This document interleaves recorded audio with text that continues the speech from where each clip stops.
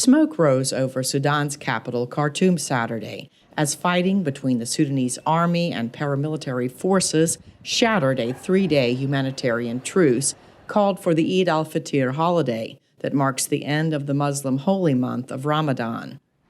The State Department was cautious amid an uncertain and confusing security situation, telling VOA they are aware of reports that some Americans were able to depart Sudan Saturday.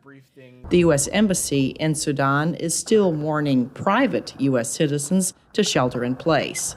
Secretary of State Antony Blinken has spoken with leaders of both sides and pushed for a ceasefire until at least Sunday. Sudan's army chief, General Abdel Fattah Burhan, said in a statement Saturday that his troops would facilitate the evacuation of diplomats and citizens from Britain, China, France, and the United States in the coming hours. Experts tell VOA the situation in Khartoum is dire, and thousands of civilians are trying to flee amid ongoing violence. Nicole Wittersheim is the deputy Washington director at Human Rights Watch. She spoke to VOA via Zoom. And then what I'm most concerned about is we're also hearing that Sudanese continue to try to flee the bombardment and the aerial strikes, which I understand from our experts who are in direct contact with people in Khartoum. This is getting worse. It's getting more indiscriminate. Wittersheim told VOA it is hard to understand why the two warring generals cannot uphold a ceasefire for the important Muslim holiday. What is unclear to me is if these leaders have control over all their forces now.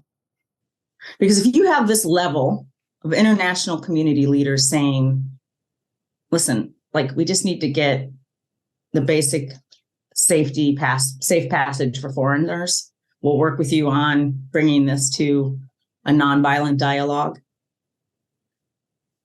It's not clear to me that they have control over all their forces. Saudi state television said a boat carrying 50 Saudi citizens and other nationals rescued from Sudan arrived Saturday in Jeddah, in the first announced evacuation of civilians since fighting began.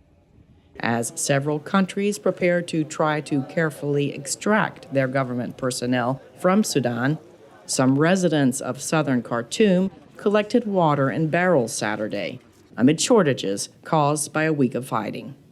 Saine, VOA News, the State Department.